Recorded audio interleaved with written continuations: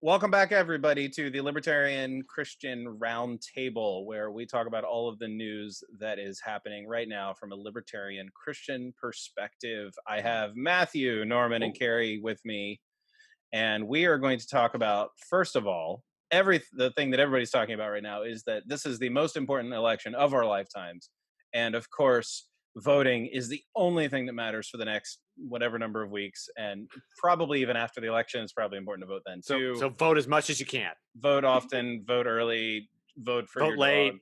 Yeah, Vote by mail. So Matt, you have lots to say, so I don't even know how to start off, but I'm just going to let you ramble for a bit. So go for it.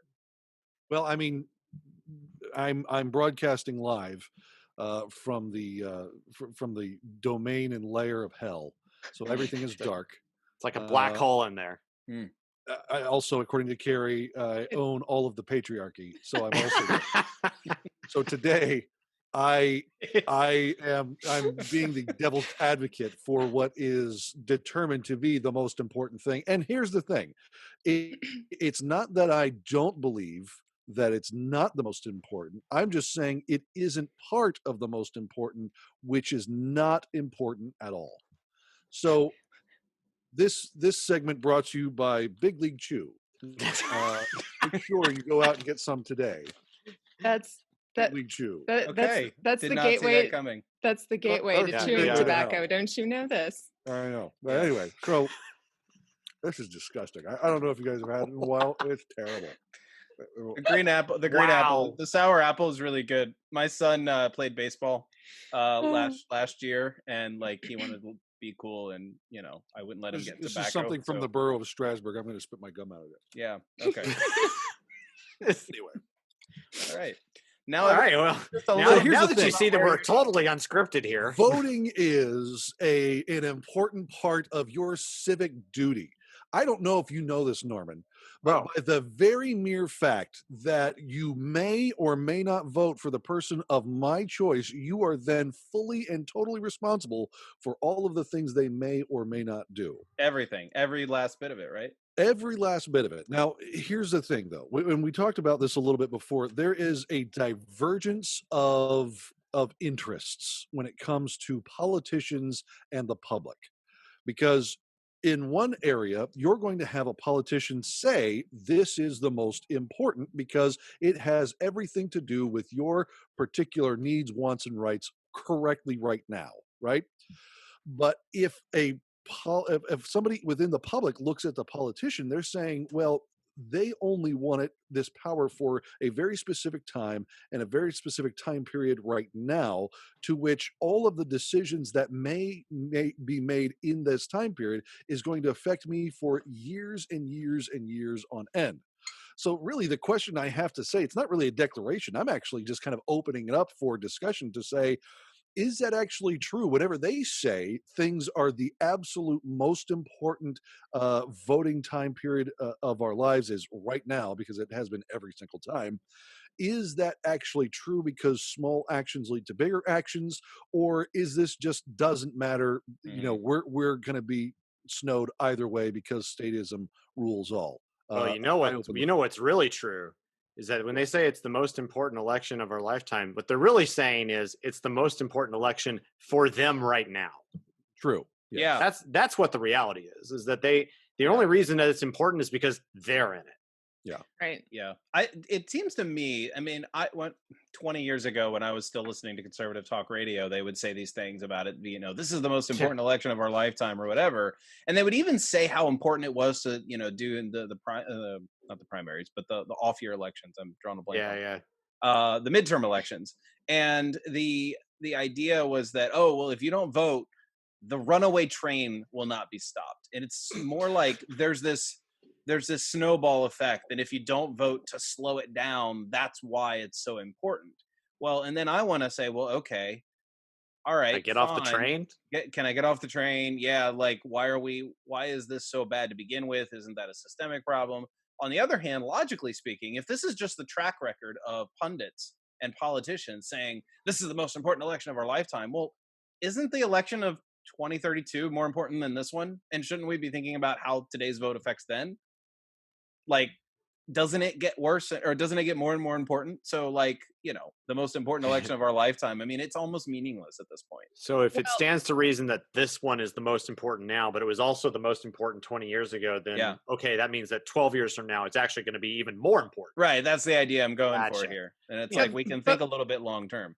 Voting has become this thing where we do it because the other candidate is so horrible, and the candidates, like the caliber of candidates, keeps on getting more and more horrible. Yeah, So yeah. it's like it's the most important so that we can avoid the most horrible candidate, and yet we Yeah, keep on yeah. getting the most horrible candidates. Yeah, well, and I think one of the things that's really terrible is that it's all based on fear. It's like, well, if we elect Trump, hell's going to happen. If we elect Biden, hell is going to happen, right? Like, we're just going to be stuck with these horrible people, or at least half of us, think that that's the way it's going to be. But I guess what I want to do is talk here, like, as Christians, are we obligated to vote? Are we obligated to vote for the lesser of two evils? Are we obligated to, like, what are we obligated to? And is abstinence like an option? We're going to get to that question here in a moment, but like the basic question do we have to vote? Like, and do we have to vote for the guy who's only pro-life or whatever? It really is. I'd like to start off that conversation with, real quick though, this segment brought to you by Chick-fil-A. We don't actually have We product don't do- placement, we don't do Matthew. So I've had This this is conversation. 501c3, dude. Come on.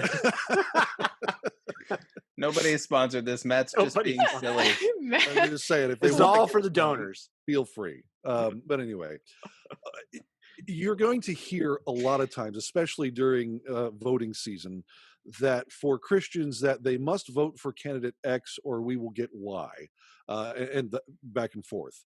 My issue though is, do we ever take the time to look at a record and then look back to what the rhetoric was? Because during Donald Trump's presidency, are there some good things that he has done? I would say, yeah. There's been less regulation. There's been fewer taxes. But also during COVID, we've also gotten the introduction to UBI. We've gotten Yeah. the quite a few other instances that And spending has gone through the roof. spending has of course. gone absolutely Right. through the roof. And so you look at that and say, okay, wait a second. At what point during our understanding as Christians, if we're going to take good governance under the true rule of law, I look at that part in Leviticus where it says you have to have balanced scales as kind of a rule for good governance in total, and our scales have been completely out of whack and out of balance. So are you responsible for only the good things that your candidate of choice gives you, or are Yeah. you also responsible for the bad things that they put in place? And are we implicitly committing a sin by proxy because of what our candidate does or not going to do? I think our rhetoric as Christians should be a little bit more pointed in terms of what actual truth is and what we know about the Bible and voting, rather than just going on the basic norms of the day, utilizing that rhetoric to try and guilt or shame people into voting. I say vote your conscience or don't vote your conscience. Either way, Jesus is still king.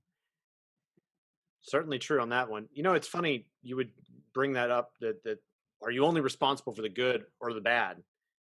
Because even 150 years ago, a good buddy of mine, Mr. David Lipscomb, was writing about this in the Gospel Advocate, and even writing about how that if all you're going to do is just advocate that, well, just vote, didn't realize that what you're asking for is for this guy to make decisions as a proxy to you.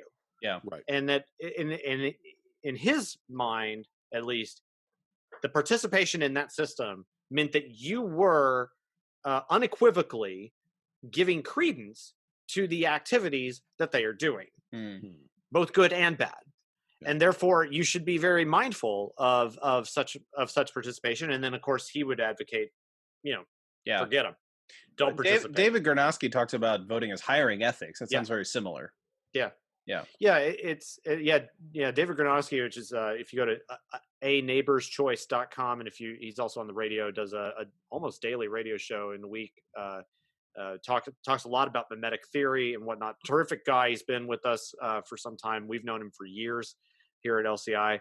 And he was a Christians for Liberty speaker. Great guy. So if you don't know about him, you should check him out. But yeah, he talks about a lot, like you dare not vote for anyone who will do something that you are complicit in what your elected official does, essentially. Yep. And while I'm not necessarily sure I agree with that wholeheartedly, per se, but he makes a fair point. Like if you're knowingly going into this, like you kind of need to be aware of what this is really meaning. And it's interesting because, of course, like most people don't know a doggone thing about various types of policies that these folks are going to proffer. James Altucher wrote a piece this week on LinkedIn, and James Altucher's in a kind of a thought leader.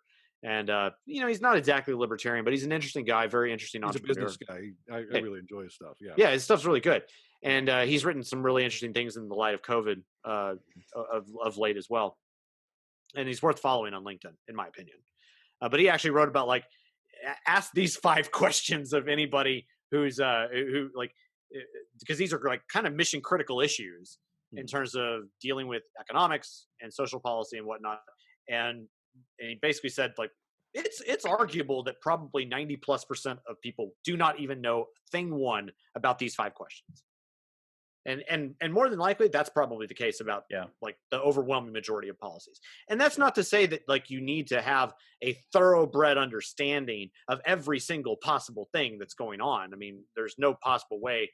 Nobody in Congress knows everything. Like, I mean, how the blazes will you keep track of 400,000 pieces of federal code, pages of federal code and whatnot? Like, that's not possible. Well, see, here's the thing. Like when I was a political activist here locally, I ran a couple of campaigns on the municipal level. And so I can tell you that when those candidates won their elections, they took that as, well, the voters agree with whatever I say. And with everything I do. Because I got elected and you did. Yeah. And so and there's consequences. And there's no way for you to be able to say, hey, I'm voting for you because I support you in X, Y, and Z, but I don't support you in A, B, and C. Mm-hmm. There's just no way to do that. Issue, Carrie, though, that is something that I wanted to jump off of there, because it's something that I wanted to hear from you guys about. By the way, this segment brought to you by the Spurgeon Study Bible. If you're going to get a study Bible, make it a Spurgeon. You are a patriot. If we are going to talk about voting, usually the retort on these things is either we've got to vote for this person so that they can enact everything that they want to do, or at least be an incrementalist and try to get to the things that I want to do as well. So I don't know whether you want to say incrementalism versus totalitarianism, contextual issue. Totalism. There you go. Totalism, is that what you said, or modalism? Yeah. Well, I meant totalism as in like all logical. Anyway, so is it really? Yes. Anyway, go ahead. But so incrementalism versus then totalism. So at what point, do we kind of push back on any of those ideas? Well, and I think that part of the problem is that, you can vote. Let's say you vote for Trump because Trump has, one good thing he did was not start a new war. In fact, he's been nominated for a Nobel Peace Prize, right? Abroad. He's been nominated for a Nobel Peace Prize because he's like the first president, and I don't even know how long, who hasn't started a war. Like, congratulations. Oh. That's the bar we're at. But at any rate, even if I do that, even if I vote for him because of that, I'm compromising on all the other things. And part of the reason why we're here in this situation that we are is because of all the compromises that we've made. So we can make this argument that, oh, well, there are some good things about him and we want to get those things done. We want those things, but this is, over the long haul, the big picture, this has been a series of compromises, which has led to, two of the worst candidates in our history, and an absolutely childish debate and a mockery of the entire system. So I think incrementalism has proven to be a total and utter failure, because this is where we're at.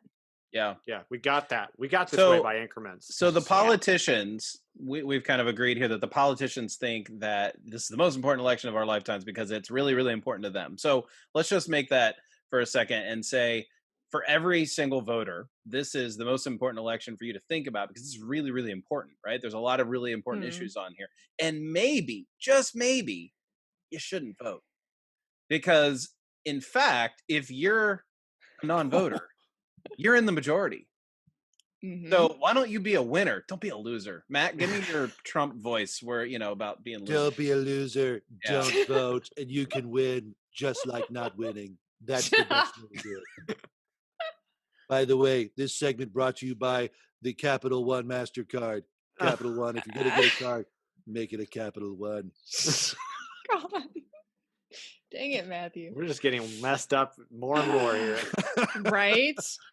I'm looking for lawyers here. Let's go. Yeah. Oh, man. So we're talking about not voting is an option, right? So this is a map somebody came up with. It's based on what's the word? I'm losing the word now. Eligible Eligible voters? voters. Thank you. Eligible voters. So not necessarily actual registered voters, but people who would be eligible to vote if they cared to register. And this is what it would look like, is basically you've just got a handful of states who would definitively fall on one side or the other, but the majority of the country doesn't actually think I really don't like this map. It doesn't have enough me on it. Wait, me as in Matthew or me as in Trump? Yeah, I mean, I don't know. Maine's at the top right, dude. I've I don't know never what seen you're him in the talking same about. room. neither one of us are on here. Let's get some more on here. So anyways, Where's Puerto Rico? God, guys. I'm done. I'm spent. All right. So, Carrie, Anyways, But really, Yeah. this is why is fascinating not- because people say if you don't vote, right, you're Right. either throwing it away or you're acting irresponsibly. And you could say, well, in terms of majority speaking, I'm actually doing what everybody else is doing. And Yeah. not yeah. yeah. So- And as libertarians, it's even crazier because it's like, what does this mean? What does this mean when, like, I also get told as a libertarian that, well, if you vote for your libertarian candidate, which we're not advocating necessarily that you should or shouldn't in that case, but if I voted for a Libertarian Party candidate, then I'm voting. Well, in that case, my leftist friend might say, well, you're voting for the Republican candidate, but then I also have a Republican over here. My Republican friend might say, well, because you're voting for the Libertarian, you're voting for the Democrat. So you get 3 So credits I'm for getting- voting libertarian. So what happens if I don't vote? Woo! Like, do I not? Yeah. Am I not?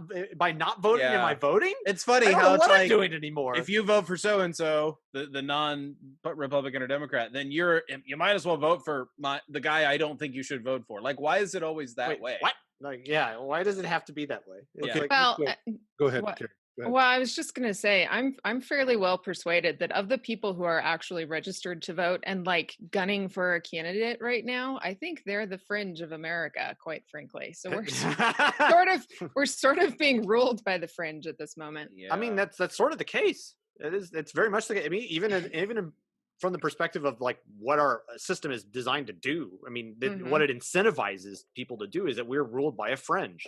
Yeah. So that Yeah. seems kind of obvious, strange in a democratic republic, or at least a constitutional republic, where supposedly we're protecting the minority from the majority. At this point now, Yeah. we're trying to protect a majority from the minority. Is that what's going on here? I mean, Yeah. By the I way, think this segment that's brought to you by Victor Mousetraps. Victor Mousetraps. Okay, now you're You're just gonna get a mousetrap, Now you're just make it looking a at victim. objects in your room and just picking them up. What do you think I've been doing this whole time, Norman? It's not like I've got a whole line of It's like props on the side here. That's what you're getting. I didn't send him a list. I think he's demonstrating he needs to clean up his office. Yeah, That's very true. I mean, apparently, yeah. We're just lucky All that right, there wasn't so a mouse in the in mouse an effort truck, to too. not appear like I'm a member of the patriarchy, I'm going to hand the next segment completely to Carrie because she actually has something really, really poignant to say. by some French guy, some Bon Appetit guy, French guy. A dead French guy. a dead Oh my French guy. gosh. Harry, I want to hear this, and I'm going to let you talk, but I'm going to go for the next 10 minutes and run out the clock so that I can hear everything that I have to say. No, Oh go my ahead. Go ahead. Well, okay. So I recently did one of my little Flashes of Liberty podcast episodes on a guy named Etienne de la Boétie, and he was born in 1530. Good Russian name. Oh God, Matthew. Sorry. Get that weeping angel up here, Norman. At any rate, Boétie is known for a pamphlet that he wrote called The Discourse on Voluntary Servitude. And he talks a lot about some of the things that we're talking about now, about how a majority will actually suffer through the rule of the minority over them just because it's easier to do that. And yet what inevitably happens is the more these people extend their power, the more they crave, the more they ruin and destroy.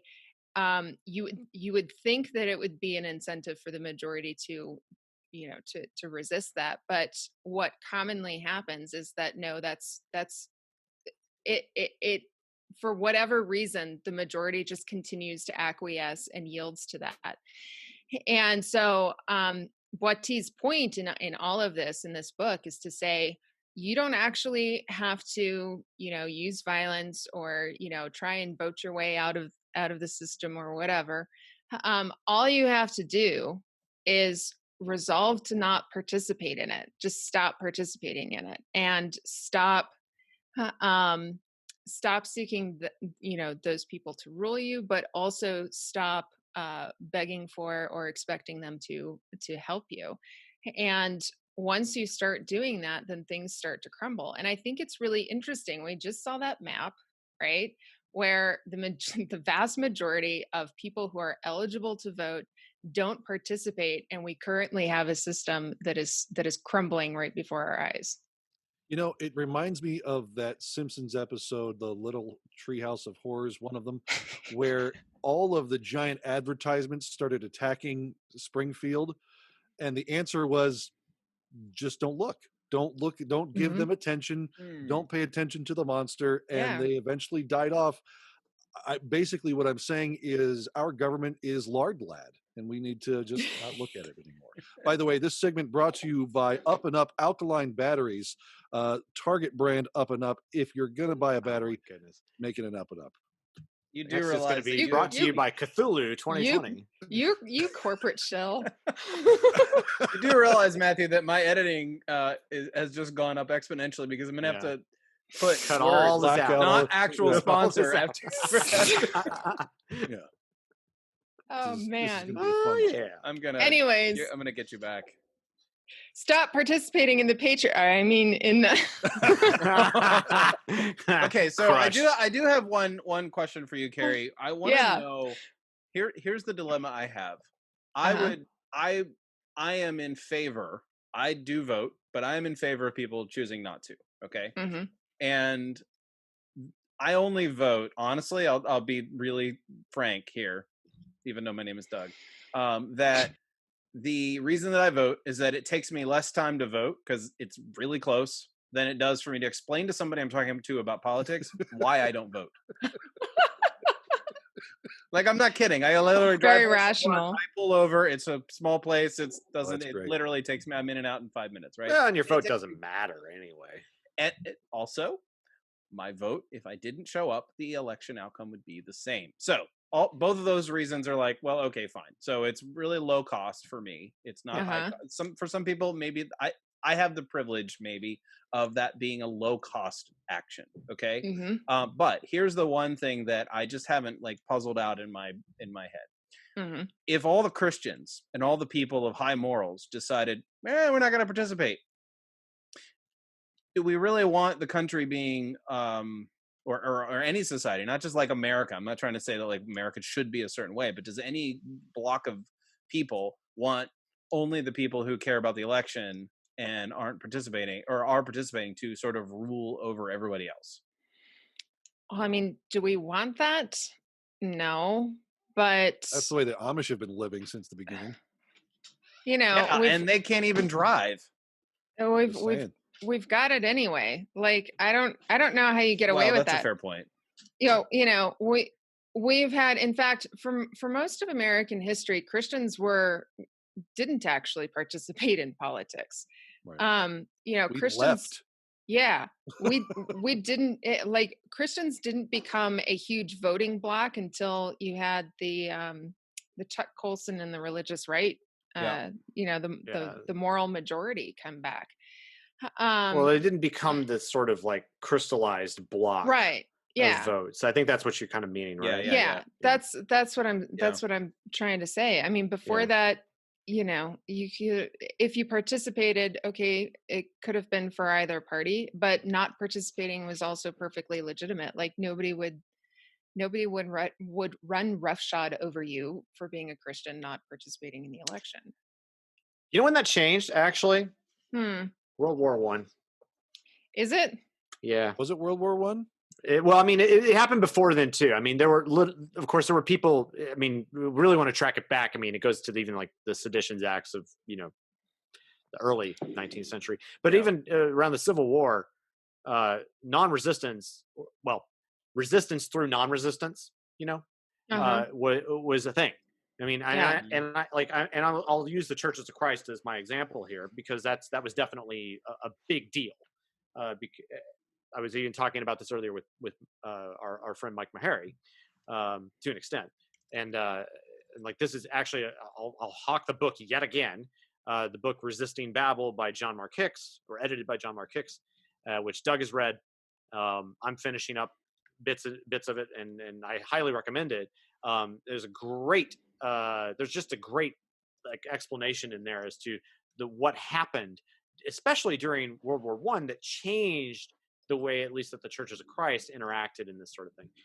At that point in time, prior to the World War One, the predominant view of the Churches of Christ was what we might call the apocalyptic worldview, which really looked at the way in which our participation in the state would proceed as being like not only non-participation is better, but like that's a more responsible way of acting as a Christian. And right. And what happened was that the government decided they were going to come down on this. And I mean, this is really interesting to me because like in some respects, we don't have the level of antagonism by the state in this way that we used to. And yet, and it may be the reason for that is that the antagonism would come from your fellow Christians, because it's certainly the apocalyptic worldview is not predominant in the Churches of Christ anymore. We've very much lost that. And it's part of my mission, if you will, as even as part of, I mean, indirectly, LCI is ecumenical in this regard, but I do have a particular mission to, speak to the Churches of Christ, because that is my, those are my people, if you will. It's my denomination, and I want to bring this back because it's really a shame. So yesterday I was talking with a friend about ranked choice voting. And it was interesting because I didn't actually know the how it actually worked and stuff. And what we like pulled up YouTube and we saw a little demonstration. We were just both like, well, that looks like a good idea. Matthew, you have some opinions about ranked voting, right? Ranked choice voting, or no? Yeah, I actually thought about this and looked at other options of this, and I come back to the end of what people are trying to find is a silver bullet to find a way to get the guy to rule the land of all the world. And by the way, this segment brought to you by Case Knives, if you want to make it a case. The thing about it is, though, we should not try and find a better way to vote, but find better ways to remove power from politicians. Ranked choice voting, as well, people are wanting to make that get the person that is going to get everybody on board, but getting everybody on board with who turns out to be a really bad guy is still a bad choice. So it's not really about the voting mechanism. It's about removing the power from the politicians. Well, don't they have I think it's I can't remember exactly where this is. I want to say it's in Europe, but I could be wrong about that. There's some place that where you vote, there's actually an option to not vote for anybody. like there's a bubble that you can fill. That is, don't vote for anybody. Leave gonna it to Europe rename to have to go to vote and show that you're not voting. I love that. Oh, that's well. Yeah. NOTA has always been an option in the LP voting. Yeah. In the Libertarian Party. Yeah. Yeah, I think that's Okay. legitimate, because then, then you're at least able to register the fact, you don't have this false choice fallacy where you're presented with, Trump or Biden, and you're literally voting the lesser of two evils in that regard, because you feel like you've got no other option. Or the lesser of five evils. Yeah. Anyway, go ahead, Doug. Well, yeah, the one thing about ranked voting that appealed to me was that not only do you get like, okay, well, if I don't get my first choice, at least, there's a ranking of something on my second choice, but that it made the politicians at least make appeals to people who aren't their base. Because where I'm like, it's like, look, hey, I know you're not pro-life, right? But you know what? All these other things we agree on. So if I'm not your first choice, definitely make me your second choice. Because we align on all these other things. And so I don't know, that kind of appealed to me, so that it seemed to allow the like sort of cross-pollination of ideas with other parties, rather than be like, well, you have your segment, I have mine, because we know that American politics is such that you can almost tell how a person's going to vote just by asking them their opinion about one of the issues. What Right. their opinion is on all the other issues, not necessarily just how they're going to vote, but their opinion on other issues, right? So anyway, that's one appeal. We are Also way make political rallies a little bit more reasonable when they say, and we're going to win, and everybody goes, yeah, okay, I guess, sure, why not? Maybe 60%. Maybe. and we're gonna get I don't know what the rallying cry is. we're gonna By the and way, Yeah. speaking of rallying cry, did you guys hear about Biden's campaign visit to Arizona? no. Is No, that the one where he called all the military men BASTARDS? no. The news reporters were shocked that absolutely nobody showed up. Shocked? I'm not shocked. They were reporting. Wait, nobody showed up to a Biden rally?